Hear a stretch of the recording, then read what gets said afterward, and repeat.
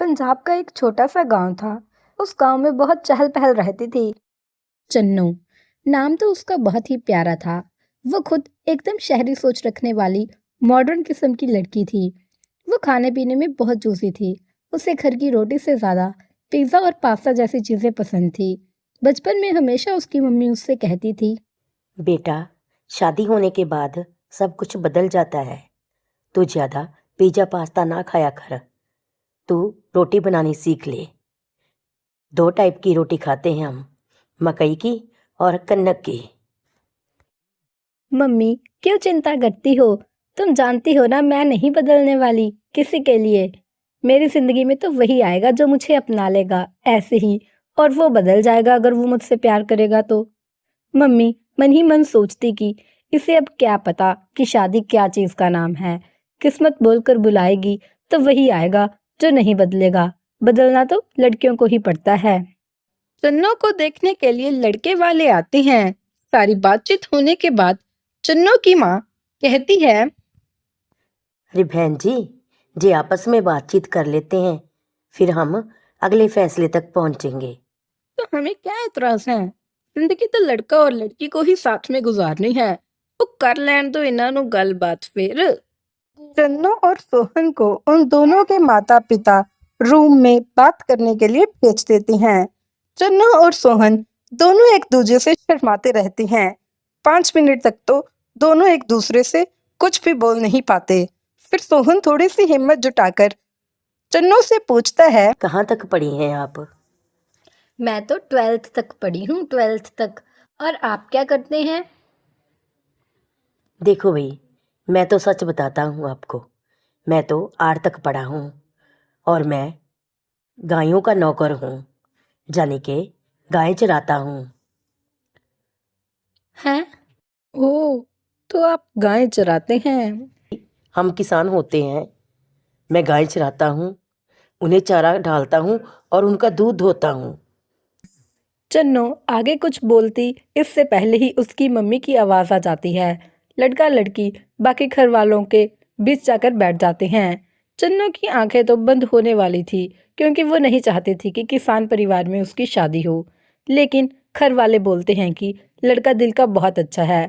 चन्नो अभी थोड़ी सी कच्ची उम्र में थी, इसीलिए वो किसान की इम्पोर्टेंस नहीं समझती थी। उसके घर वाले उसका रिश्ता किसान से तय कर देते हैं। हमें तो आपका लड़का पसंद आ गया है। हम तो सोहन से ही चन्नो की शादी तय करेंगे।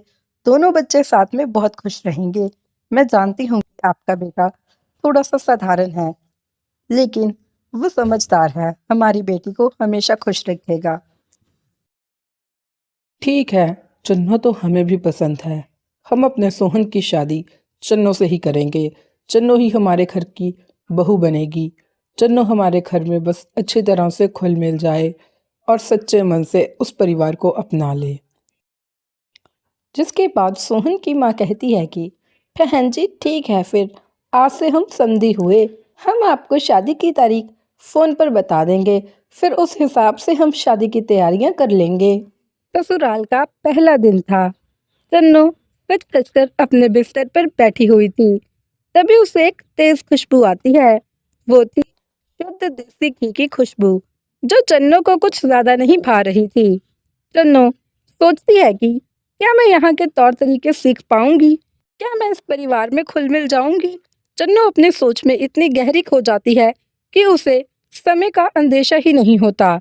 जब अचानक वो घड़ी की तरफ देखती है, तो वो झट से उठकर रसोई की तरफ जाने लगती है। तो रसोई घर में आ जाती है, जहां उसकी सास पहले से ही खाना बनाने में लगी हुई थी। चन्नो अपनी सास की तरफ देखती है, तो चन्नो की सास उससे कहती है, बहू, आज मकई की रोटी बन रही है, साथ में सरसों का साग भी है। हम किसानों की ये शान है। चन्नो का चेहरा ये सुनते ही उतर गया था। उसे तो ऐसा लग रहा था मानो मीठी चाय में मिर्ची मिलाकर किसी ने उसके मुंह पर मारी होती है। मकई, वो भी रोज रोज, रोज इतना घी। अरे, ये मोटी मोटी रोटियां खाकर मैं तो मोटी हो जाऊंगी। मेरा तो डाइट प्लान ही बिगड़ जाएगा। जब चन्नो अपने ख्यालों की दुनिया में खो गई थी, तो उसकी सास टकटकी लगाए उसे देख रही थी।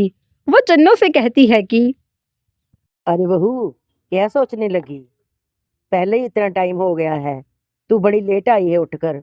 यहाँ बैठ, मैं साग को तड़का लगाती हूँ और तू मक्की की रोटी बना ले। तुझे आती भी है मक्की की रोटी बनानी? वैसे मक्के की रोटी काफी आसान होती है, लेकिन जिनको नहीं आती उनके लिए तो बहुत मुश्किल होती है। अगर तू नहीं रोटी बनाना जानती तो मैं तुम्हें सिखा दूंगी, लेकिन तू मेरे पास बैठ, जो मैं करती हूँ तू उसे देखती जा। ठीक है माँ जी, मैं सबके लिए मकई की रोटी बनाने की कोशिश करती हूँ। अगर मुझसे ना बनी तो फिर आप मुझे सिखा देना। आप भी तो मेरी माँ जैसी ही हैं। इतना कहकर ही चन्नो रसोई में बैठ जाती है और सबसे पहले वो भगवान को याद करती है, हाथ जोड़कर आंखें बंद कर। जिसके बाद उसकी सास उसे बताती है कि सारा सामान कहाँ रखा है। तो चन्नो रोटी बनाने के लिए बैठ जाती है। जैसे तैसे चन्नो रोटी बनाती है, लेकिन ये क्या, तवे पर जाने से पहले ही सारी रोटी टूट जाती है। छोड़ बहू, तुमसे नहीं बनेगी रोटी।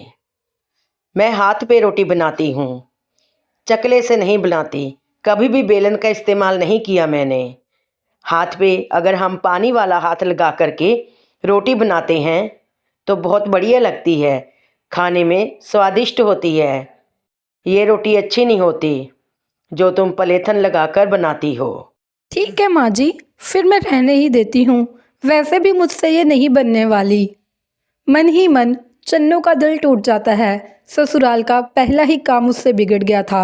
आप तो जानते ही हैं कि लड़की से ससुराल में गलती हो जाए तो उसके दिल पर क्या गुजरती है।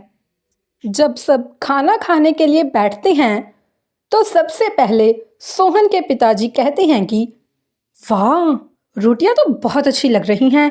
ऐसा लगता है सोहन की माँ जैसे ये रोटियां तूने बनाई हैं। बहू तो बहुत ही गुनाहकारी है, बिल्कुल अपनी सास जैसी रोटियां बनाती है। अरे नहीं नहीं सोहन के बाबा जी, ये रोटियां तो मैंने ही बनाई हैं। बहू को मकई की रोटी बनाना नहीं आता है। ये बात सुनकर ससुर उदास से हो जाते हैं और खाने के टेबल पर बैठी चिन्नो का भी दिल टूट सा जाता है। उसका पति इस सारी बात पे कुछ नहीं बोलता। जब चन्नो पहला निवाला खाती है तो उसके गले में फंस जाता है। जिसके बाद उसकी सास कहती है कि बेटा ध्यान से खा, ये मकई की रोटी है, गले में अटक सकती है। चन्नो मन ही मन कहती है कि अटक तो गई है, अब ये मेरी जिंदगी में ना तो इसे खाना मुझे पसंद है और ना ही इसे बनाना। पता नहीं अब मेरा गुजारा कैसे चलेगा। चन्नो मक्खन भी नहीं ले रही थी क्योंकि वो मोटे होने से डरती थी। रात को जब चन्नो अपने कमरे में जाती है तो वो अपने पति सोहन से कहती है कि ये मकई की रोटी खाना मुझे बिल्कुल अच्छा नहीं लगता। सोहन उसे कहता है कि चन्नो, ये कैसी बात कर रही हो तुम? हम तो रोज़ मकई की रोटी खाते हैं, यही तो किसानों की असली शान होती है, हमारी आन बान शान, मकई की रोटी सरसों का साग। जिसके बाद चन्नो उदास सी हो जाती है क्योंकि वो रोज़ मकई की रोटी नहीं खा सकती थी। रोज़ तो क्या, वो कभी कभी भी मकई की रोटी नहीं खा सकती थी। चन्नो कहती है कि क्या आप पिज़्ज़ा पास्ता नहीं खाते? उसका पति कहता है कि ये सब विदेशी चीज़ें हैं, हम तो भाई शुद्ध देसी हैं, देसी, अपनी मिट्टी से जुड़ा हुआ किसान हूँ मैं। चन्नो गाय का दूध पीता हूँ, ये बाहर की चीज़ें मुझे नहीं भाती। चन्नो और ज़्यादा उदास हो जाती है। चन्नो हिम्मत कर अपने पति से पूछती है कि क्या हम गाँव में पिज़्ज़ा मंगवा सकती हैं? उसका पति कहता है कि तुम पिज़्ज़ा किससे मंगवाओगी? यहाँ डिलीवरी वाले जो आते हैं वो तो बैल से डरकर भाग जाते हैं। एक बार बैल उनके पीछे पड़ गया था। चन्नो सोचती है कि वो एक बार कोशिश ज़रूर करेगी डिलीवरी वाले को बुलाने के लिए। अब तो 2 दिन हो गए थे, चन्नो को पिज़्ज़ा पास्ता कुछ नहीं मिला था। मकई की रोटी अलग से खानी पड़ रही थी। अब उसे सब्र नहीं हुआ तो वो डिलीवरी वाले को फ़ोन कर लेती है और कहती है कि भैया, गांव में आकर जल्दी से एक बढ़िया पिज़्ज़ा डिलीवर कर जाओ, अब तो और इंतज़ार नहीं होता। लेकिन डिलीवरी वाला साफ इनकार कर देता है। उसका कहना है कि जब वह पिछली बार गांव में आया था तो उसके पीछे एक बैल पड़ गया था, वो इस गांव में दोबारा नहीं आएगा, और वो फ़ोन काट देता है। चन्नो बहुत ज़्यादा मायूस हो जाती है। अब वह नए रास्ते को खोजने में लग जाती है। एक सुबह चन्नो अपने पति से कहती है कि क्यों ना हम शहर चलें, वहाँ जाकर ही हम पिज़्ज़ा खा लेंगे। चन्नो का पति कहता है कि चन्नो, पिज़्ज़ा खाने की इतनी क्या ज़रूरत आन पड़ी है जो तुम शहर जाना चाहती हो सिर्फ पिज़्ज़ा खाने के लिए। चन्नो बहुत ज़िद करती है तो उसका पति कहता है कि मैं माँ से बात करूँगा, अगर वे मान जाएंगी तो मैं तुम्हें शहर ले जाऊँगा, लेकिन ऐसा कब तक चलेगा। चन्नो कहती है कि आप एक बार तो मेरी विश पूरी कर दो, मैं शहर जाकर बस पिज़्ज़ा खाना चाहती हूँ। इससे पहले कि सोहन अपनी माँ से बात करता, घर में बुआ जी आ जाती हैं, तो अब तो शहर जाना नामुमकिन ही था समझो। आओ आओ बहन, शादी के बाद आज आई हो। हाँ हाँ भैया, आ ही गई हूँ मैं भी, बहू के हाथ की रोटी खाने। पर मैं तो मकई की रोटी खाऊंगी, हमारी बहू को तो मकई की रोटी बनाना ही नहीं आता। भैया आप उसे बुलाओ तो सही। चन्नो वहां आती है। बुआ जी अपने भाई से बातों में लगी हुई थी। चन्नो बुआ जी को प्रणाम करती है। बुआ जी ऊपर से लेकर नीचे तक चन्नो को गौर से देखती हैं और कहती हैं कि अरे बहू, तुम्हारी कलाई में दम नहीं जो मकई की रोटी बना सको। बड़ी फुर्ती चाहिए हाथों में मकई की रोटी बनाने के लिए।